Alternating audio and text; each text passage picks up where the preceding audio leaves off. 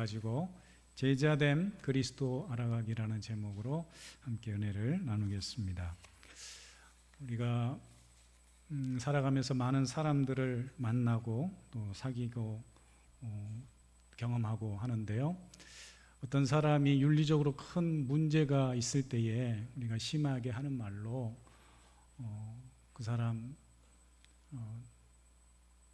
사람 같지 않다, 뭐 이런 표현, 또는 짐승만도 못한 사람, 뭐 이런 심한 표현을 하기도 합니다.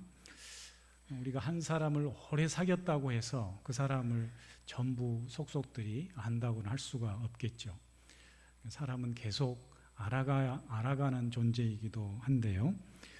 지난주에 어떤 목사님과 이웃교회 목사님과 이런 얘기를 한 적이 있습니다. 우리 노회 내에 어떤 조금은 부끄럽기도 하고 또 안타까운 이야기이기도 한데, 그 은퇴한 목사님에 대한 이야기를 하면서 정말 그 목사님이 그럴 줄은 몰랐다. 평소에 우리가 그 목사님을 굉장히 차분하고 성실하고 착한 분으로 생각했는데, 이번에 이제 그 교회가 뭐 작은 교회라서 그런지 어려운지 목사님의 은퇴하면서 이런 제대로 된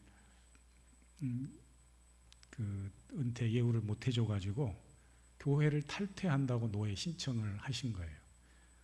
왜 탈퇴를 하느냐? 교회 재산을 다 처분하겠다는 거죠.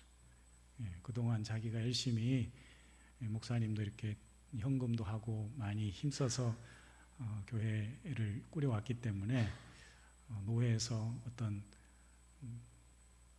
대우와 예우를 못 받으면 나는 교단을 탈퇴할 수밖에 없다고 하면서 우리 교단 탈퇴, 노회를 탈퇴하고 이제 남은 부동산이나 이런 교회 재산을 다 처분해서 뭐 목사님과 뭐 교회가 알아서 하겠다, 이런 취지로 그런 신청을 했다. 그래서 10길 물속은 알아도 한 길 사람 속은 모르는구나, 뭐 이런 대화를 했던 적이 있습니다.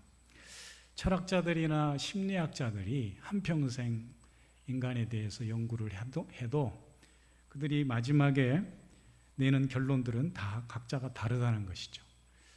그들이 사람은 어떤 존재다, 사람은 무엇무엇이다, 이렇게 정의를 할 수도 있겠지만 또 그 정의가 인간의 모든 것을 다 포함한다고는 할 수 없을 것입니다. 그럼에도 불구하고 앞서 말씀드린 대로 우리 모두는 인간에 대한 어떤 기본적인 일반적인 개념들을 가지고 있다라는 것이죠. 그러니까 어떤 우리가 가지고 있는 그런 기준 이상 또 이하의 모습들을 보면은 그건 아니다, 그건 사람이 할 짓이 아니다, 이런 표현을 하게 되는 것이죠. 여러분, 인간은 어떤 존재라고 생각하십니까? 어떤 철학자는 인간을 던져진 존재, 어려운 한자어로 피투적 존재, 이런 표현을 했더라고요. 독일의 하이데거라는 철학자가 인간을 던져진 존재다. 그 말도 맞는 것 같아요. 우리가 뭐 삶을 어디에서 언제 태어날 것이라는 것을 전혀 선택할 수 없고, 어느 날 갑자기 어느 곳에서 어느 시간에 이 땅에 태어나서 원하는 대로 사는 것이 아니고 뭔가 끌려 다니는 듯한 삶을 사는 존재, 그래서 던져진 존재, 뭐 이런 표현도 하기도 하고, 어떤 철학자는 또 불안한 존재, 뭐 이성과 감정의 동물, 뭐 이런 여러 가지 표현들을 하지만 그런 것들로도 뭐 다 인간을 온전히 완전하게 표현한다고 할 수는 없을 것입니다. 그렇다면 우리 인간을 알 수 없는가? 그건 아니죠. 여러분, 인간을 알 수 있는 길이 있습니다. 인간이 어떤 존재인지, 인간이 누구인지 이를 성경에서 우리에게 잘 가르쳐주고 있는 줄 믿습니다. 그래서 성경을 보십시오. 성경은 우리 인간이 어떤 존재인지 본질적으로, 근원적으로 어떤 존재인지를 잘 가르쳐주고 있습니다. 그렇다면 인간이란 어떤 존재일까요? 한마디로 성경은 인간을 하나님을 떠난 죄인, 하나님을 떠나 방황하는 죄인, 하나님께 돌아와야 할 죄인이라고 규정을 하고 있습니다. 어떤 분은 그렇게 얘기할지 모르겠어요. 나는 집도 있고 사랑하는 가족도 있는데 내가 왜 방황하는 죄인이냐? 아닌 것 같다. 이렇게 반발할 수도 있겠지만 성경은 분명히 우리에게 이전에 하나님을 외면하고 모르고 살았던 죄인이라고 말씀합니다. 에베소서 말씀 가운데 보면은 우리 인간을 이렇게 규정합니다. 이전에 허물과 죄로 죽었던 죄인, 허물과 죄로 죽었던 존재라고 말하기도 하고 또 세상 풍조를 따랐던 불순종의 아들이라고도 이야기를 하고 또한 육체 욕심을 따라 살았던 본질상 진노의 자녀, 이런 표현을 하기도 합니다. 여러분 동의하십니까? 인간이 그런 존재인 것 같습니까? 저는 가끔 TV를 보다가 눈물을 흘릴 때가 있습니다. 갱년기가 와서 눈물을 흘리는 게 아니고 어떤 목사님은 그러더라고요. 드라마를 너무 좋아한대요. 알고 보니까 갱년기가 왔대. 드라마를 보면서 감동하고 눈물 흘리고 어느 순간 내가 왜 이러지 그러고 있더라는 거죠. 저는 그게 아니고 제가 TV를 볼 때마다 늘 마음이 아프고 눈물이 나는 광경이 있는데 그것은 사람과 사람이 만날 때입니다. 어느 날 가족들과 예기치 않게 헤어져서 평생을 가족과 떨어져 살다가 어떤 경찰관의 도움으로 아들과 어머니가 만난 거예요. 그 만나는 장면을 보여주는데 얼마나 감동이 되는지요. 우리 잘 알잖아요. 이전에 이산 가족 찾기 할 때에 우리와 전혀 관련이 없는 사람들임에도 불구하고 한 가족이 만날 때마다 얼마나 온 국민이 그렇게 눈물을 흘리며 감동을 했습니까? 그 사람 만난 이야기 중에 영화 중에 국제시장이라고 한번 시간이 되시면 보세요. 재밌습니다. 우리나라 현대사에 거의 모든 부분이 다 거기에 포함되어져 있습니다. 6.25부터 시작해서 베트남 전쟁 이르기까지 여러 가지 우리 현대인들이 경험했던 그런 굴곡진 인생들이 다 녹아져 있더라고요. 근데 그 국제시장에서 윤덕수라는 황정민이 연기한 윤덕수라는 그 주인공이 그의 삶도 참 기구했지만 제가 가장 감동스럽게 눈물을 흘리며 봤던 장면은 그 막내 동생 막순이를 만날 때입니다. 그 6.25 흥남 철수 피난할 때 배에 오르다가 그 막내 손을 놓치거든요. 아버지가 신신당부했던 너는 이 막내 손을 절대 놓쳐서는 안 된다 그랬는데 그 떠밀리는 인파 속에서 그 막내 동생, 어린 여동생의 손을 놓치고 말거든요. 그리고 잃어버린 줄 알았는데 죽은 줄 알았는데 그 이산가족 찾기에서 해외에 입양된 막순이와 통화를 합니다. 막순이냐 맞냐 확인하고서 그 전화로 확인하는 순간 마치 내 잃어버린 동생을 만난 것처럼 우리 가족을 만난 것처럼 함께 울고 눈물을 흘렸던 그런 기억이 있습니다. 사람은 만나야 하는 존재입니다.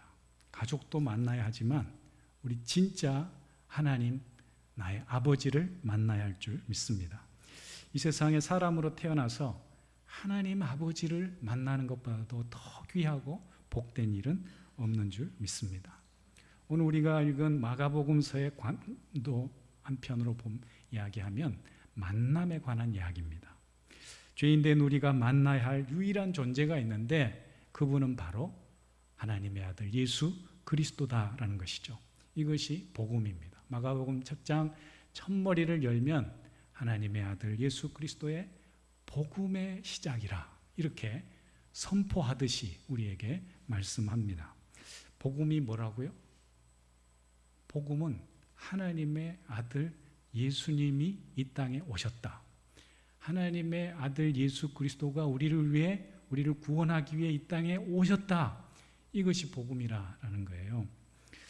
여러분, 예수님이 우리의 구원자로 이 땅에 오셨음을, 하나님의 아들 예수님이 오셨음을 믿으십니까? 이 땅의 모든 사람들에게 들려져야 될 복음, 모든 사람들이 듣고 믿고 만나야 할 복음, 그것은 바로 예수 그리스도가 하나님의 아들로 나를 위해 오셨다라는 복음 이야기입니다. 마가복음은 관통하는 핵심 주제가 있는데 첫머리에서 그렇게 제목과 같이 선포하고 있는 하나님의 아들 예수 그리스도, 이것이 핵심 주제입니다. 하나님께서 우리를 구원하시기 위해 아들 예수님을 메시아로, 구원자로, 그리스도로 이 땅에 보내셨다. 이것이 핵심 주제라고 할 수가 있습니다. 한마디로 예수님이 그리스도다. 예수님이 유일한 구원자, 메시아다라는 것이죠. 그러면서 마가복음 전체를 통해서 이 책을 읽는 독자에게 계속 질문을 합니다. 예수가 누구인가? 예수가 누구인가? 예수님이 확실한 하나님의 아들이 맞는가? 한 인간의 아들인가? 이걸 계속해서 우리에게 질문하고 있습니다. 그러면서 우리에게 답변을 촉구하는 것이죠. 너는 이 글을 읽는, 이 복음을 듣는 당신은 예수를 누구라고 생각하느냐? 이 질문이 계속해서 이 마가복음을 읽는 내내 따라오게 된다라는 것이죠.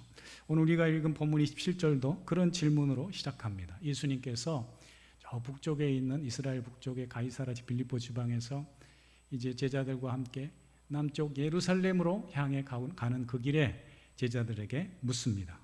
사람들이 나를 누구라고 하느냐? 얘들아, 사람들이 나를 누구라고 말하더냐? 이렇게 묻고 있습니다. 그래서 제자들이 대답합니다. 어떤 이는 세례 요한이라고도 하고, 어떤 이는 엘리야라고도 하고, 어떤 이는 선지자 중에 한 분입니다. 이렇게 대답을 한다는 것이죠. 예수님께서 또 한 번 묻습니다. 그렇다면 너희는 나를 누구라고 하느냐? 첫 번째 질문이 뭐라고요?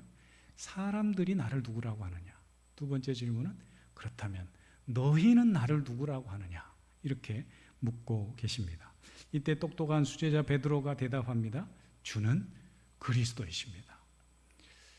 또 마태복음 같은 경우에는 16장 16절에 보면 주는 그리스도시요 살아계신 하나님의 아들입니다. 이런 멋진 대답을 하죠. 아마 이 대답을 듣고 예수님도 무척 기뻐하셨을 것입니다. 그런데 오늘 이 질문을 통해서 우리가 한 번 더 오늘 본문을 통해 질문을 해야 됩니다. 너희는 나를 누구라고 하느냐?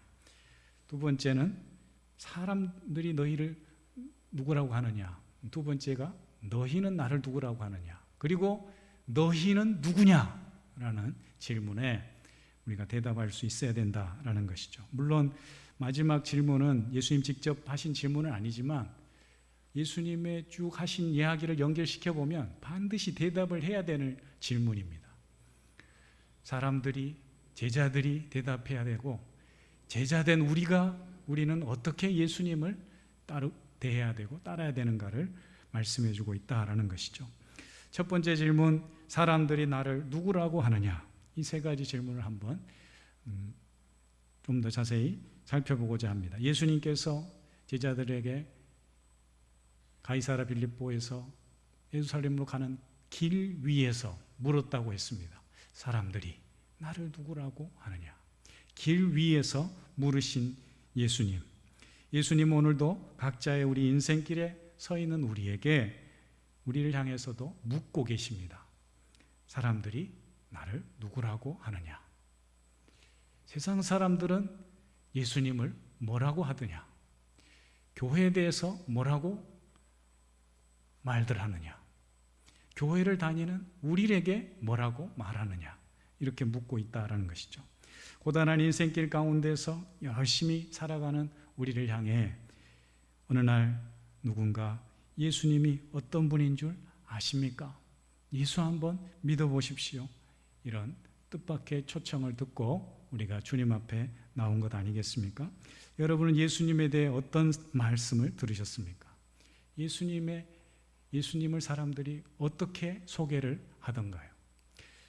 장로교의 장시자 장깔뱅이라는 사람은 유명한 기독교 강요라는 이 책을 썼는데, 거기에 보면 앞부분에 나오는 핵심적인 내용이 뭐냐면, 우리에게 반드시 필요한, 인간이 가져야 될 필수적인 지식이 있다. 첫 번째는 하나님에 대한 지식, 두 번째는 그리스도에 대한 지식, 그리고 하나님과 그리스도를 알게 되면 인간이 누구인지를 알게 되는 이 세 가지 지식에 대해서 말씀해 주고 있습니다. 여러분, 하나님을 알면 나를 알게 되는 줄 믿습니다.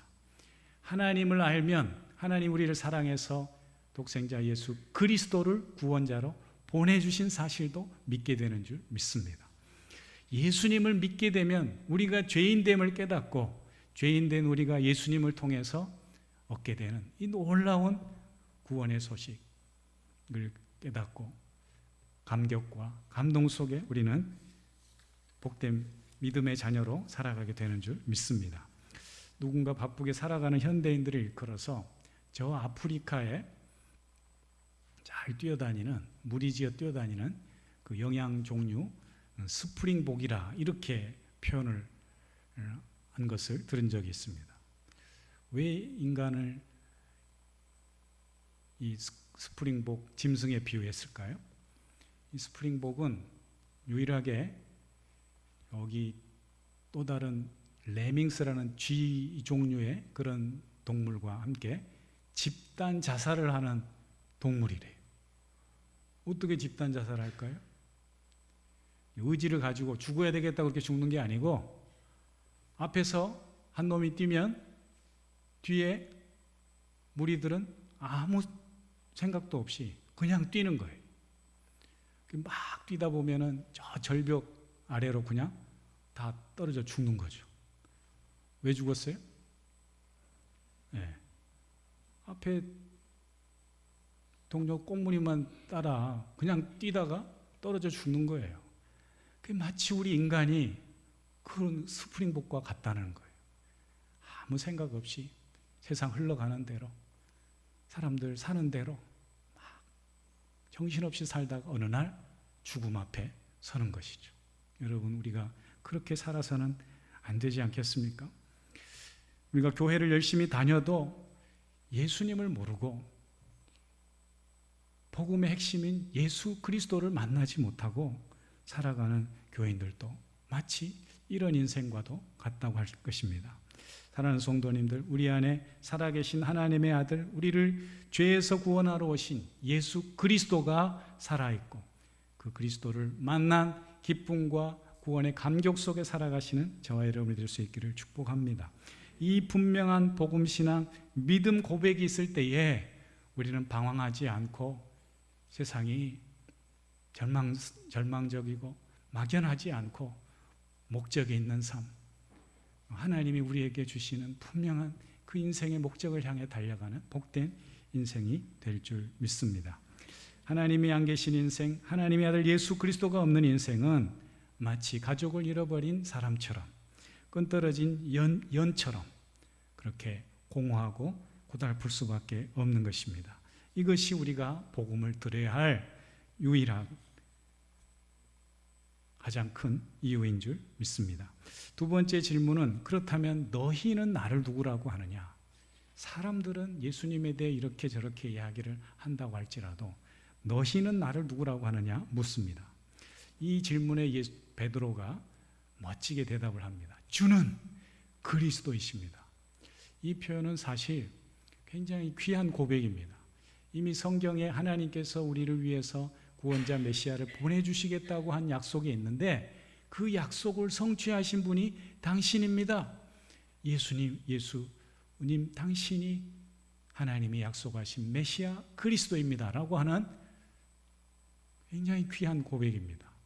그런데 이런 그리스도에 대한 고백이 있음에도 불구하고 그 다음에 예수님이 베드로를 심하게 꾸짖고 있습니다. 사탄아, 내 뒤로 물러가라 할 정도로. 왜 이런 반전이 있을까요?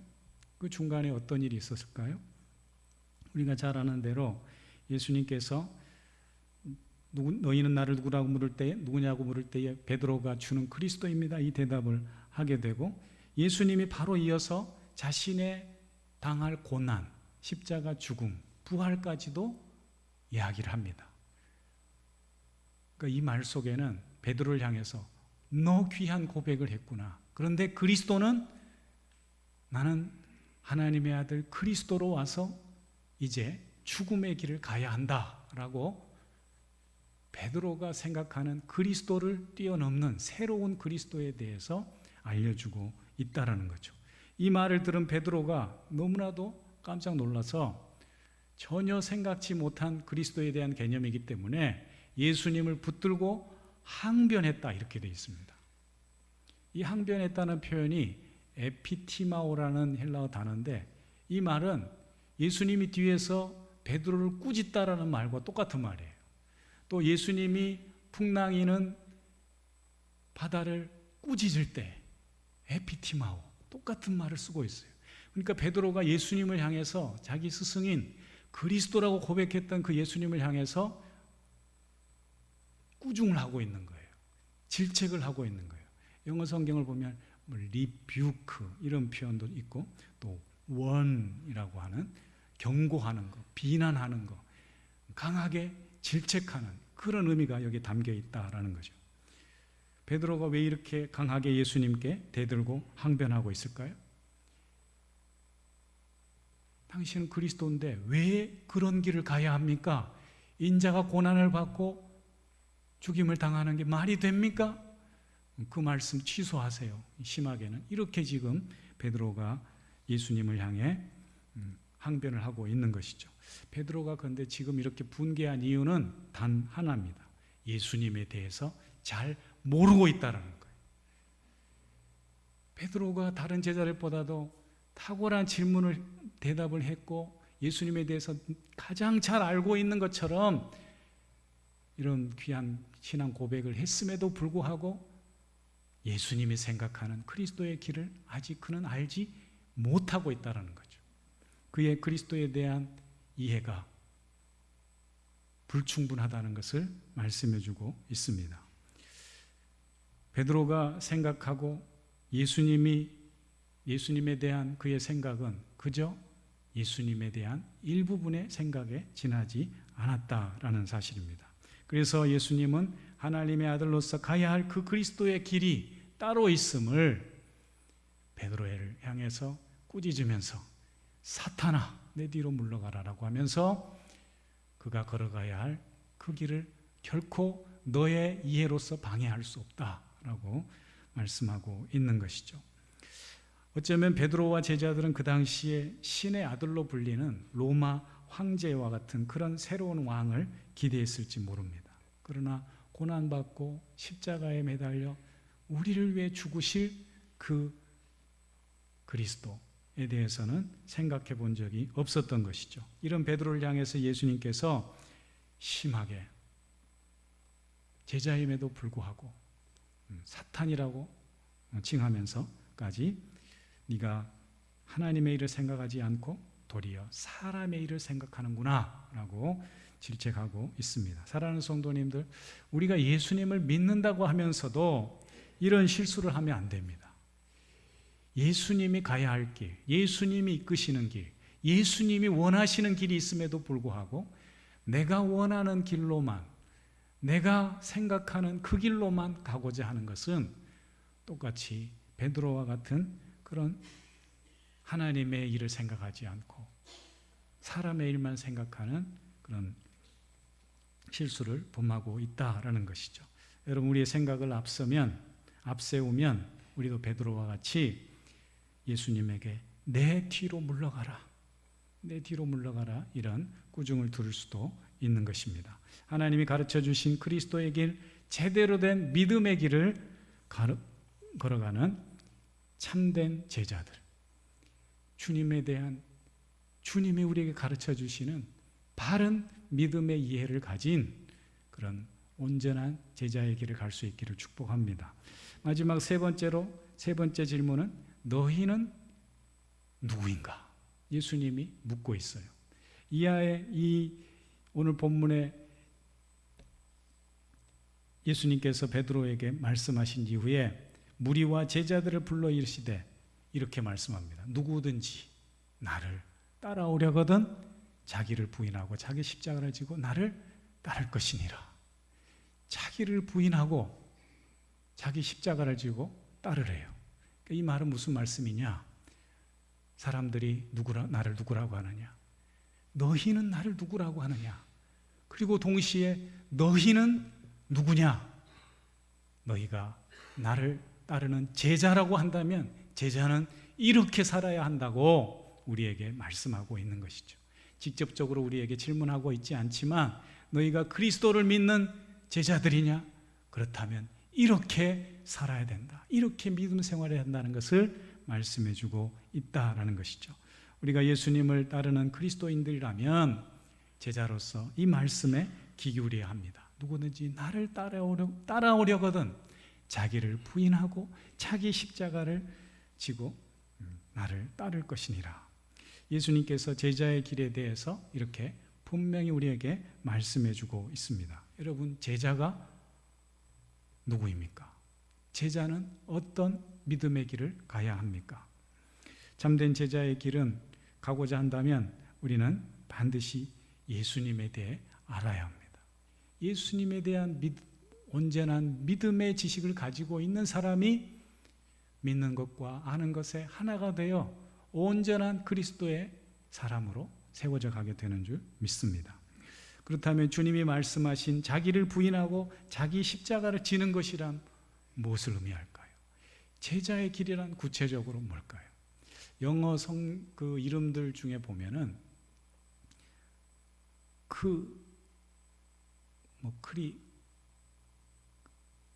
크리스티아노, 독일권, 유럽권에 가면 크리스토퍼 이런 표현이 있잖아요.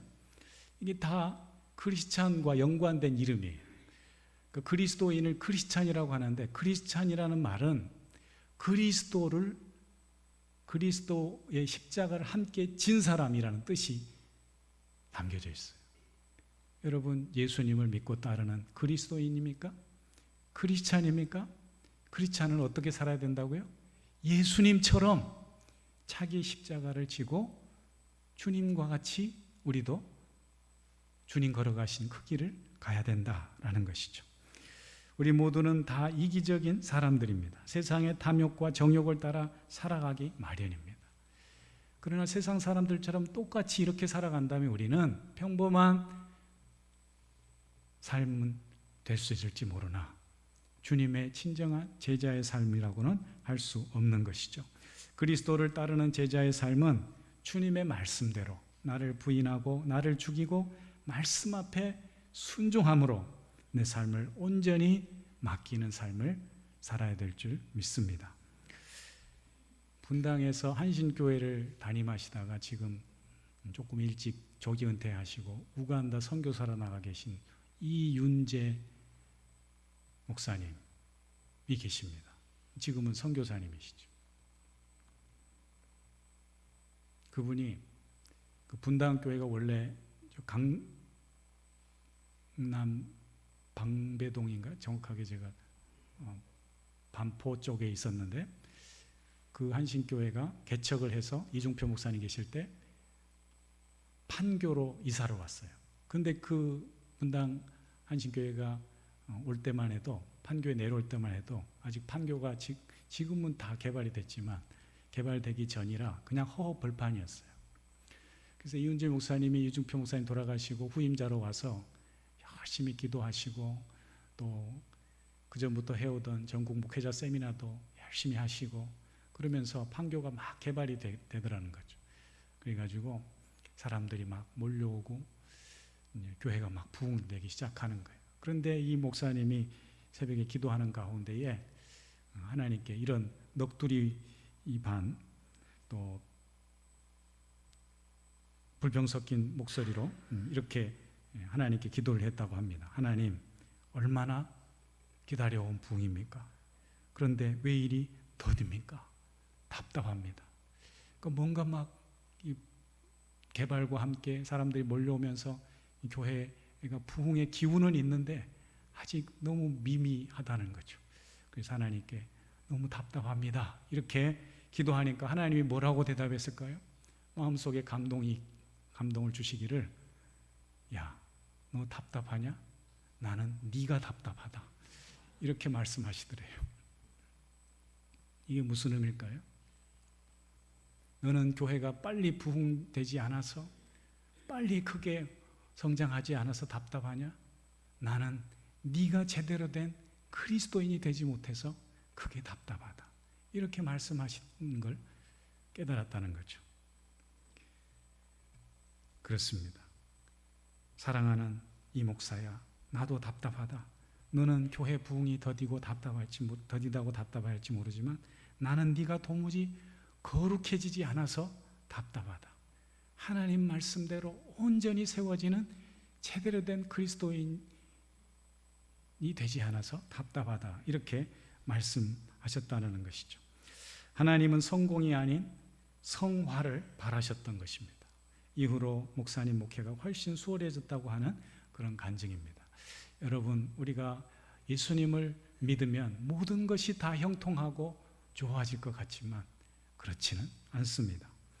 사랑하는 성도님들, 예수님을 믿음으로 모든 것이 내 생각대로 펼쳐진다고 생각하는 것은 착각입니다. 아직도 베드로와 같은 나의 그리스도 이해에, 예수님 이해에 머물러 있는지도 모릅니다. 때로는 예수님을 믿는 것 때문에 마음이 불편하고 어려움이 찾아오고, 때로는 많은 것을 포기하고 잃는 것과 같은 삶을 살 수도 있습니다. 그럴 때 기억하십시오. 오늘 주님이 말씀하신 이 말씀을 기억하시기 바랍니다. 35절에 누구든지 자기 목숨을 구원하고자 하면 잃을 것이요, 누구든지 자기 목숨을 구원하고자 하면 잃을 것이요, 그 반대로 나와 복음을 위하여 자기 목숨을 잃으면 구원하리라. 사랑하는 성도님들, 끝까지 주님을 붙들고 나아가는 제자의 삶에 하나님께서 우리에게 참된 구원의 약속대로, 놀라운 구원의 은총대로 우리에게 채워주시고, 잃는 인생이 아니라 참된 구원의 인생, 얻는 인생, 생명의 삶으로 인도하실 줄 믿습니다. 그런 참된 제자의 길을 걸어가시는 저와 여러분이 될 수 있기를 주의 이름으로 축원합니다. 기도하겠습니다. 하나님 아버지, 우리가 어떤 제자의 삶에 머물러 있습니까? 주님을 더 알아가기 원합니다.